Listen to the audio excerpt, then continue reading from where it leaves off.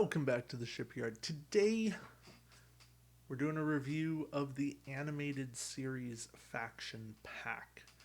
Yeah, the Toon Pack. But you know what? It's a cool pack, and I enjoy it. Um, I wasn't the biggest fan of the animated series. I thought it did some cool things. I thought it was an interesting show. There's a few good episodes. There's just a couple. There's a couple good episodes, but don't discount it just because it's animated. Same goes for Lower Decks. But hey, we're not here to talk about canon shows and whatnot. We're here to talk about Star Trek Attack Wing. So what do we get here? Well, we get the USS Enterprise. It's a 3143 Constitution class, 4 crew slots and a weapon, and action. Repair up to 3 shields on this ship. 20 points standard fed action bar. It's a good action. It's definitely a unique action. And I like what exists here. It's not my go-to Enterprise, but it's not bad. It's a little less versatile than your tiny prize, where you get to take an action even when you have auxiliary power, but it holds up to the name, and getting 3 shields back really does keep you in the fight. I'd rather do that than take an evade action. So you really got to think about it, especially when you start putting upgrades to get more shields on the ship. You're not just getting your starting shields back. You're already having some shields and getting them back. So it's worth keeping in mind. Dial's the same, so it's not worth going over. Base plate's still that 180 fire arc. So yeah, it's there. Now the interesting thing about this pack is it's a Fed ship, a Romulan ship, and a couple of Klingon ships. I think it might be 2 Romulans. We'll get to it. A Romulan ship is a D7, the IRW Talon. I don't know. Pronunciations were never my thing. 3132, standard for a D7 except Kolars, but 14 points. Yeah, 14. That's pretty cheap D7. Because if you go on old formula, you get 6, 8, 9. That's an 18-point ship, so 4-point savings. It's pretty nice. Before this ship reveals its maneuver dial, if you're cloaked, you must... Yeah, there's no may here. Perform a white, bank, straight, or perform a cloak as a free action. Still, extra maneuver, pretty nice. 1 bank, 1 straight, free sensor echo. It's good options. I know there's arguments. We were having a good discussion. Some of the community admins, Chris, Brian, Robert, myself, discussing if this was optional or not. And because you're not paying a cost, free action is not a cost. A white maneuver is not a cost. Even though it's conditional, we really don't believe that you have an option here. We think it's a mandatory effect. It's an if-then. If cloaked, then you must do. So, certainly open for debate, but that's one of those kind of rule quirks that until we're told otherwise, that's the way we're going to choose to enforce it. So, and no, I don't think that would stop anyone from playing. Standard action bar, standard base plate. The D7 only being 90, no rears. That hurts, but you kind of get over it. Their dial's actually nice. After facing 3 Klingon D7s, I'm not scoffing at it. Speaking of Klingon D7s, the divisor was one that I faced in the Kobayashi Maru. check out that live stream. Because, yeah, this ship's tough. 3132 still. But a 14-point ship. When attacking, if the defending ship performed a maneuver with a speed of 3 or greater this round, add a crit. Yeah, that's add. That's not set a crit, convert a crit. No, that's add. So that's take your 3 dice, and oh, by the way, your 4th die is a crit. Yeah, and this is a Klingon ship that gets battle stations built in. Sure, it doesn't cloak. It doesn't need to. There's Klingon captains like Lursa or Baitor, I forget which one, that cloak. And by all means, have fun. There's some others that will do that too, but it's a Klingon ship that goes crew up in tech, and you can have some good fun with that. But it's a cheap little ship, and it will pack a punch. I like it. The Kolathos, again, a 3132. This one's 16 points, and it's weird because, right, you got a 14, you got a 16. Now it's 16 because it's a cloak sensor echo, no battle station. Does that factor in? I guess it does. But look at the abilities here. When attacking, if this ship is cloaked, this ship rolls +1 attack die. When attacking, if this ship is not within the primary firing arc of the defending ship, convert 1 battle station into a crit and all other battle stations into hits. So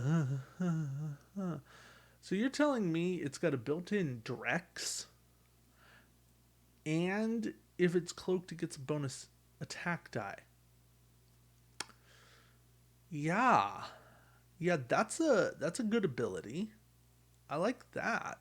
So, for the first time in any faction pack that I can remember, I actually like the ability of every named ship. Granted, I don't love the Enterprise. I don't love the Talon. I like them. I actually think I like the Enterprise the least, and that's saying something. Generics. Sorry. Oh.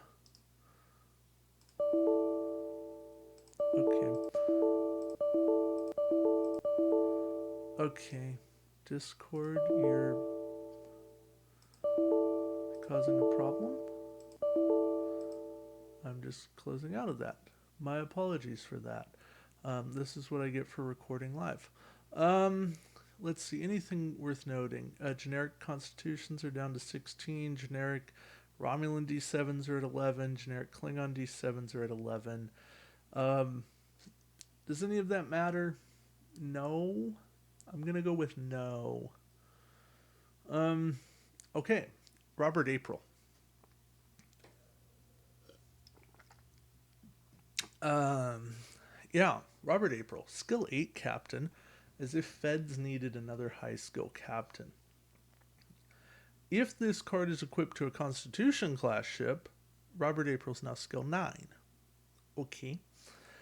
Action. Target a crew upgrade to this equipped to this ship. Move all time tokens from the target crew upgrade to this card. If that crew upgrade has an action, you may perform that action as a free action. Now, this is one that I don't think matters a whole lot right now. Let's go investigate. Crazy Vulcan. Let's go to time tokens.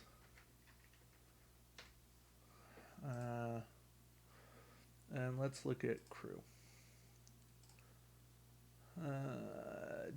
Okay.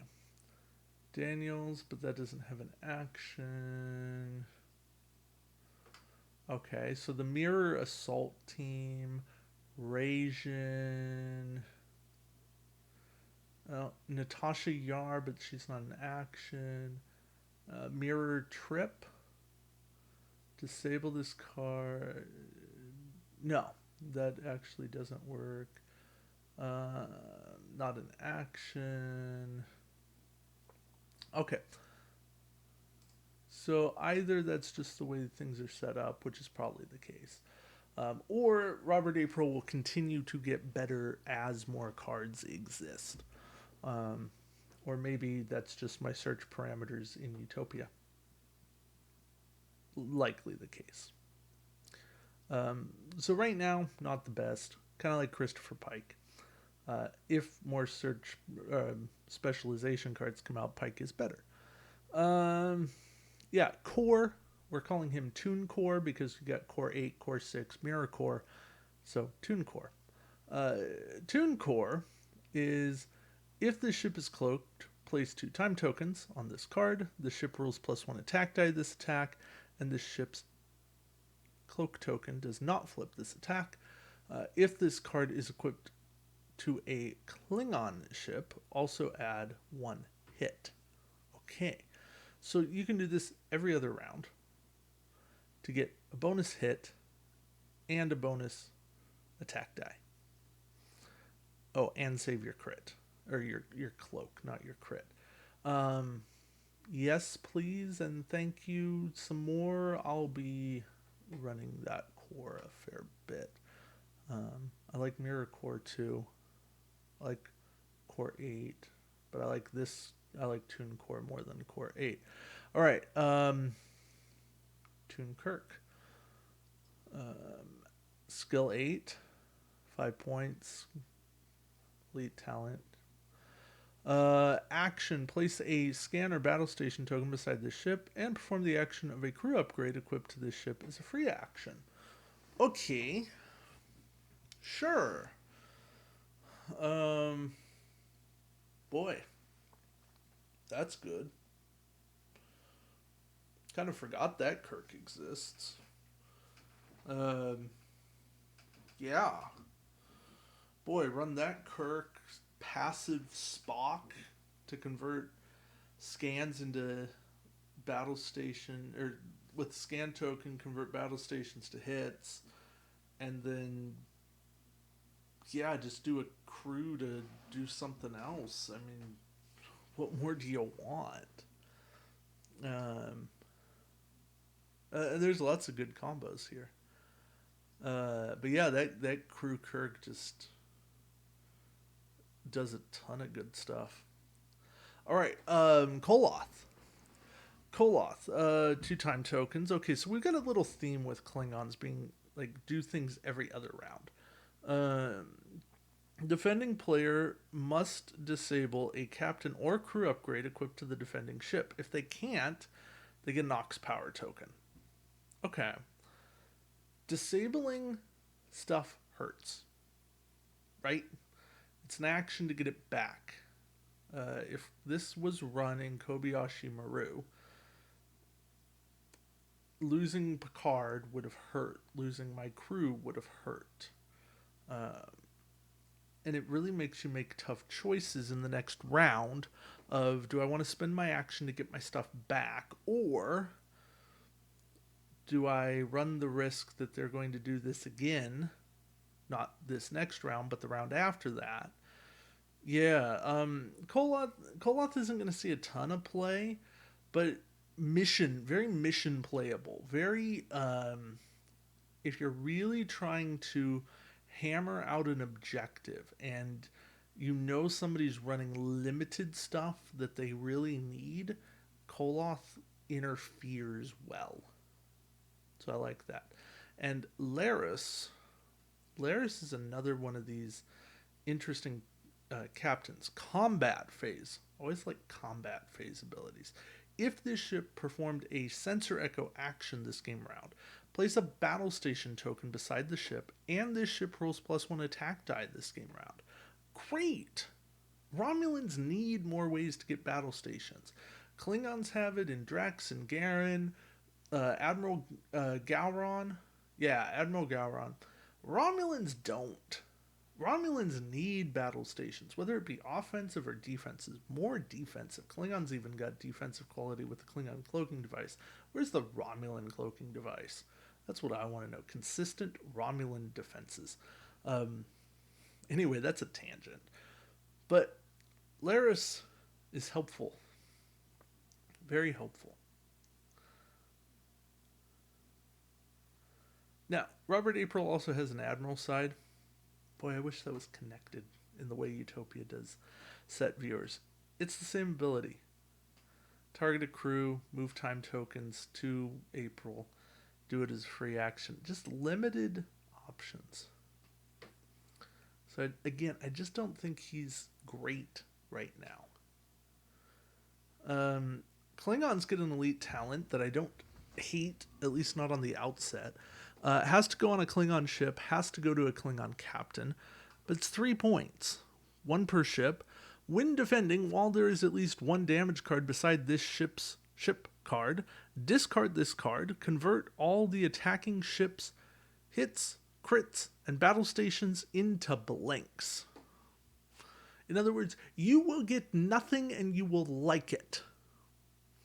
I'm not sure how this is honorable, but it works. I'll take it. I'll take it and I'll like it. Now the Federation get a very interesting card. Legacy of the name, as you can imagine, this has to do with the Enterprise. Can only be equipped to a unique ship. Has to go on a Federation ship, Federation captain. Free action. Place 3 time tokens on this card. Perform a battle station action or an evade action as a free action. Okay. If this card is equipped to a ship with Enterprise in its name, you may perform any available action as a free action instead. Now that's any. That's re-enable a disabled crew. That's a target lock, a scan, anything you can come up with, a crew action, whatever you like. A ship named ability. The tiny prize, or the Toon prize, can repair 3 shields as a free action with Legacy of the name. There you go. Simple. I like it. It's once every 3 rounds, but you get a little bit more for your Enterprise, and this is a talent that is not an action. It is not a discard. It's just a once every 3 rounds. So it's a good card. Okay, full power phaser barrage, as if the Federation needed another weapon. Forward arc only. The attack value of this weapon is the ship's printed weapon value. Okay, range 2 to 3. Place 3 time tokens. Add an Ox power token beside this ship. If this weapon is equipped to a Constitution class ship, the ship rolls +2 attack dice. So now you're going at 5 for the most part. During the deal damage step, if there is at least 2 uncancelled hits and or crits, roll 3 additional attack dice and add all hits or crits to the attack total. Okay, so you get a little bit more out of your weapon. I'm not sure it's worth 5. That seems like a lot to pay for this. And there's no conversions built in or anything. For the most part, I'm okay with my phasers, with running like the new starter Fed torpedo. But I get those 3 extra dice, but again, you have to have 2 uncancelled in those first set of dice, and that's tricky. And that's a big condition on a 5-point card. So I tend to stay away from full power phaser barrage. The Klingons, on the other hand, they get magnetic pulse. This is a one per ship unique card. Another forward arc only card. But the attack value of this weapon is the ship's printed primary weapon value. Range 2 to 3, 5 points. Attack, disable 1 active shield and target an opposing ship. If it's on a D7, it rolls +2 attack dice. All crits that would damage shields inflict 1 hit to the hull instead. I like the ability. But again, uncancelled crits. Crits are the last thing to get cancelled. That's nice. But crits that go to shields are so rare. And just doing hits to hull, it just feels like you're pushing the damage in. And then the next time you shoot them, you're gonna destroy their shields anyways. And I don't know that you've done anything to change the calculus of destroying the ship. I don't know, but I guess if you're playing this pack against the pack, this is useful against the Toon prize because then they can't repair those shields. But short of that, I don't think it does a whole lot. All right. The Disruptor Blast. Now, this can go on Klingons or Romulans for the set price, so that's kind of nice. You're only going to roll 3 dice, though. You put 3 time tokens on it, target a ship at range 1 to 2, make the attack twice. If the ship is a D7 that you're firing from, you can convert a blank into a battle station during each attack. That's kind of nice, but again, 3 dice, it's the same dice you're rolling. You just get to do it twice. Again, this feels like a very much mission-specific card. Pack-specific card. I want to roll like primary +1. I feel like that should be my asterisk here. It's just a missed opportunity of a card. I like the idea. I like that it's Klingon and Romulan, but I just feel like it's missing a little something. All right. Fed Crew, Mr. Spock. Combat phase. Discard this card, spend a scan token. The ship's attacks cannot be canceled this game round, and the ship cannot be prevented from attack this game round. Okay. This card came out. We kind of all went into a little bit of an uproar. We said, oh, this is the new big thing, because now you can't cancel Spock. But what if you've done an action? And it was a big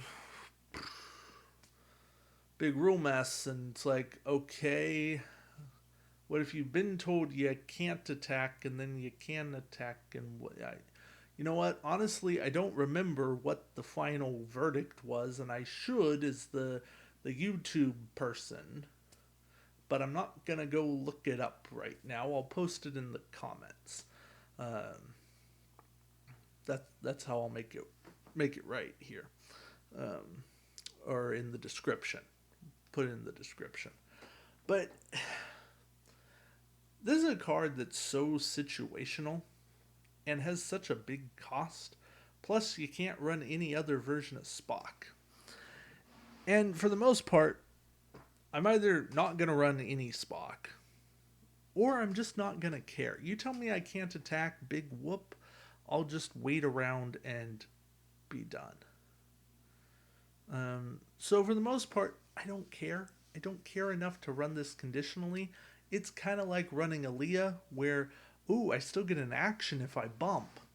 So just don't bump. Or if you do, you just lose an action. This kind of feels like the same thing. Oh, if I lose an attack, oh well, I just lose an attack. Now, Vendorian Spy. This is a fun card. We're going to spend a little bit of time talking about this. 4-point unique Romulan crew. You guys know I spend very little time talking about most Romulan crew, unless their name is Nanclus or Veril. Maybe bridge officer, tactical officer.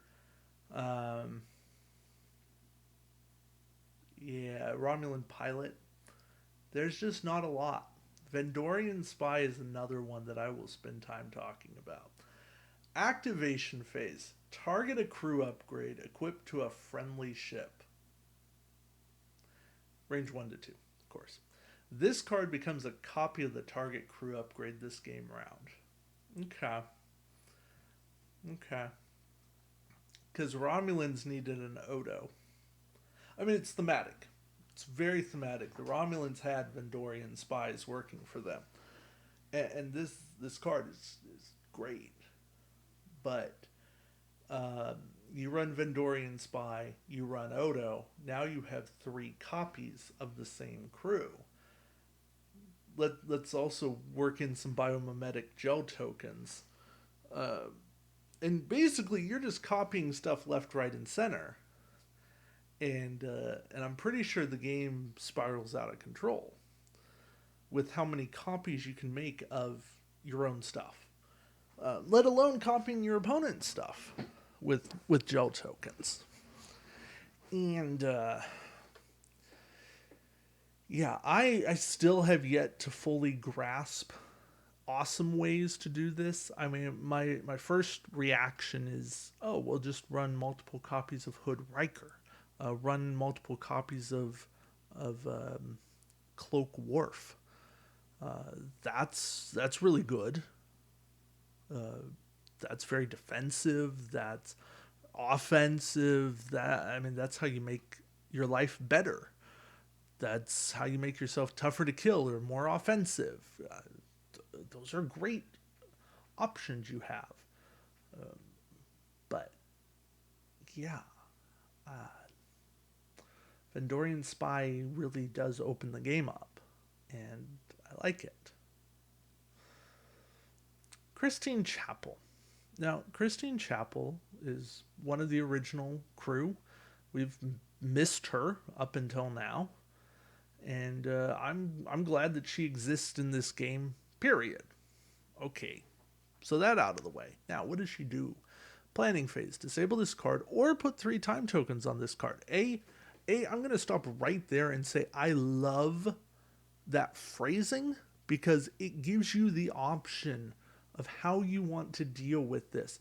Are you more equipped to spend an action to re-enable her to get the effect again? Or do you want to wait it out and do it with time tokens?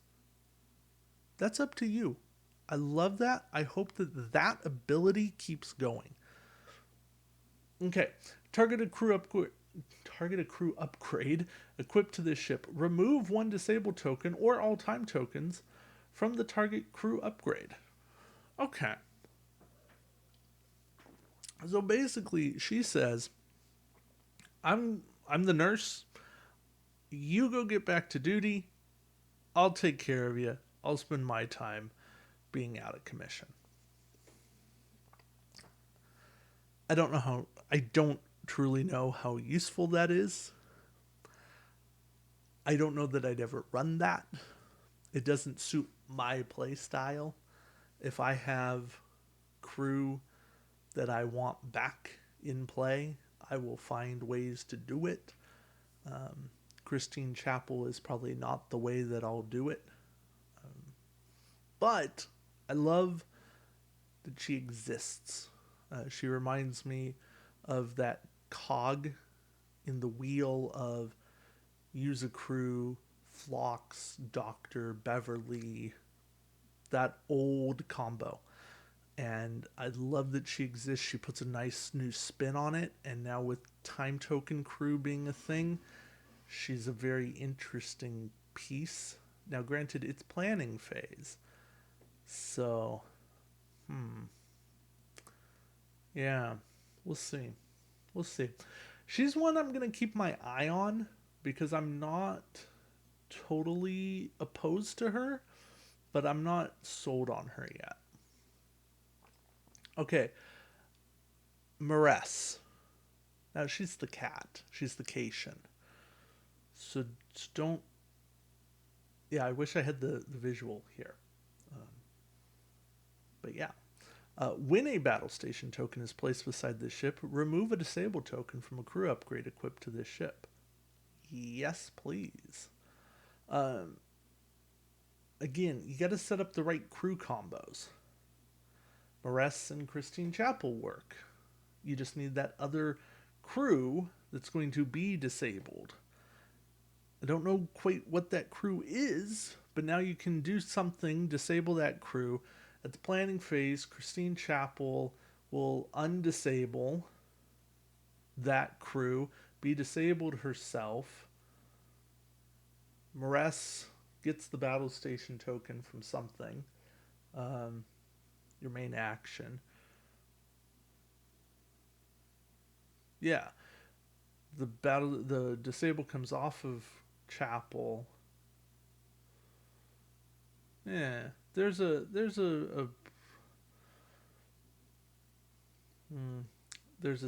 wheel here somewhere. It's a pricey wheel, but there's a wheel. Scotty Montgomery Scott. Action, disable this card. Repair up to 1 shield and 1 hull on this ship. Maybe Scotty's that missing piece. I like it. I like Scotty, though. Kali. Klingon ship, Klingon crew that has to go on a Klingon ship, I want to say. I believe that's the Klingon ship one. Action, discard this card. Target an opposing ship at range 1. Look at all the face-down damage cards beside the target ship's ship card. Flip one of those damage cards face up and resolve its effect if applicable. Can be good, can be bad, very situational. Feels like it's win more. I wouldn't pay 3 points for it. I would pay 1 for sure, maybe 2. Just feels like a filler card to me, and I'm not going to go out of my way to buy a bunch of them. Wonder why it's not ship unique. Weird. I guess probably because it's expensive. All right. Yeah, so just overpriced there. Harcourt Fenton Mud. You do not pay a faction penalty for this card, kind of like Cyrano Jones, although I think Cyrano does pay a faction penalty, kind of like Khan. Planning phase. Disable this card and target an opposing ship. Range 1. Place a love crystal token on 2 crew upgrades equipped to the opposing ship. What does a love crystal do? I'm glad you asked. Let's go find out. When a crew upgrade with a love crystal token becomes disabled, the player who placed that love crystal token on that crew upgrade chooses and disables another crew upgrade with a love crystal token equipped to the same ship. When a crew upgrade with a love crystal token is discarded, the player who placed the love crystal token on that crew upgrade chooses and discards another crew upgrade with a love crystal token equipped to the same ship. You get it? It's Romeo and Juliet. I disable, you disable. I get discarded, you get discarded. When a crew upgrade with a love crystal token has 1 or more time tokens placed on it, the player who placed the love crystal token on that crew upgrade chooses another upgrade with a love crystal token equipped to the same ship and places the same amount of time tokens on it. So yes, I get time tokens, you get time tokens. They're linked. That's the point. Because they're in love psychically. It's silly. Let's go back to Mud. It's 3 points. It's 3 points to mess with crew. But alone, it does nothing. It really does. You have to have other ways of continuing to mess with crew. Now, if you can force discards, great. Then you can discard 2 crew for the price of 1. I'm all for that. Disable 1, disable 2. Time token 1, time token 2. Or hope that they have to be disabling their stuff to make their wheels work. Or discarding something. They probably won't, but they could. Now, you could mud repeatedly, and then you have choices. I don't know how well that's going to work, but you could do it. I don't see this being used seriously in organized play, but I could see some potential. Most ships don't end up running 2 vital crew. They will run 1 important one and probably 1 start of game, early game crew. I'm saying like Koth, Gen Cisco, Quark, something that hides something to start and then is gone. So you don't really have lots of long-term crew to really affect. And that's why I think Mud does not see a ton of play. But in missions, I can see it. All right, RX or Eric's. Yeah, he kind of took over tactical because Chekhov disappeared off the Enterprise for a little bit. Um, 2 points.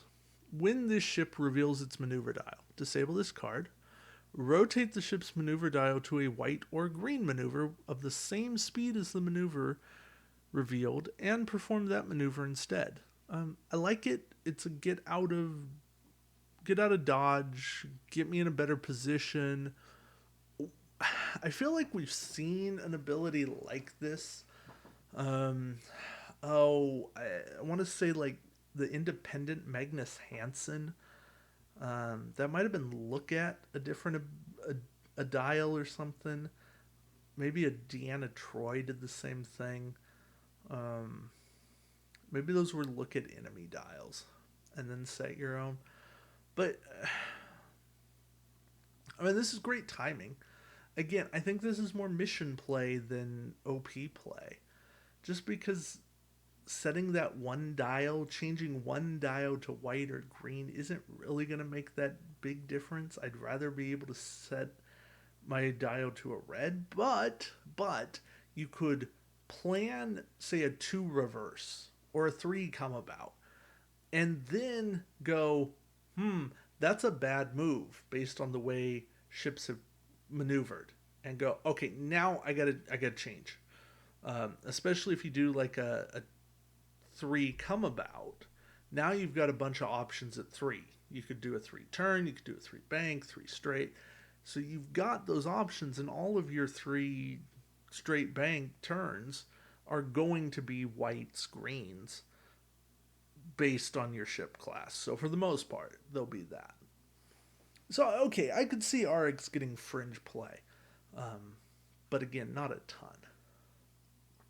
All right, and the last card in this pack is Kaz, 2-point crew. Non-unique. When a Klingon crew upgrade equipped to this ship or another friendly ship within range 1 would be discarded by an opposing effect, you may discard this card instead. Can only go on a Klingon ship. I don't know. Feels a little silly. Feels a little pointless. I mean, if you really felt like protecting your stuff, your Klingon crew, then I suppose. But you have to know that your opponent is bringing stuff to discard your crew. B, you have to fly your stuff together, or really protect that one ship. And C, do you really want to spend 2 points on that? I can think of better ways to spend 2 points as a Klingon player. My goodness, you spend like 5 points. You got almost a whole new ship. Not quite, but yeah. All right, that is the end of the pack. So the animated faction pack is a really good pack overall. There's a lot of strong cards. I'm just going to scroll back through here. Montgomery Scott is a nice hit. Morass is a reasonably good card. Chapel is intriguing. Vendorian Spy is top notch. Mr. Spock is intriguing. I'm not entirely sold on it. Legacy of the Name, top card. Where the opponent is at least playable. Laris is good. Kolath is interesting. Kirk is very good. Core is very good. Robert April is not. The Klothos is good. The Divisor is good. The Talon is interesting and still on the verge of good. And the Tiny Prize, the Toon Prize, gotta call it the right thing, is also reasonably good. So yeah, there are good cards here. I know this video has hit 40 minutes, so before it goes much longer, I will sign off. Thank you again for watching, and until next time, we'll see you around the shipyard. Take care, guys.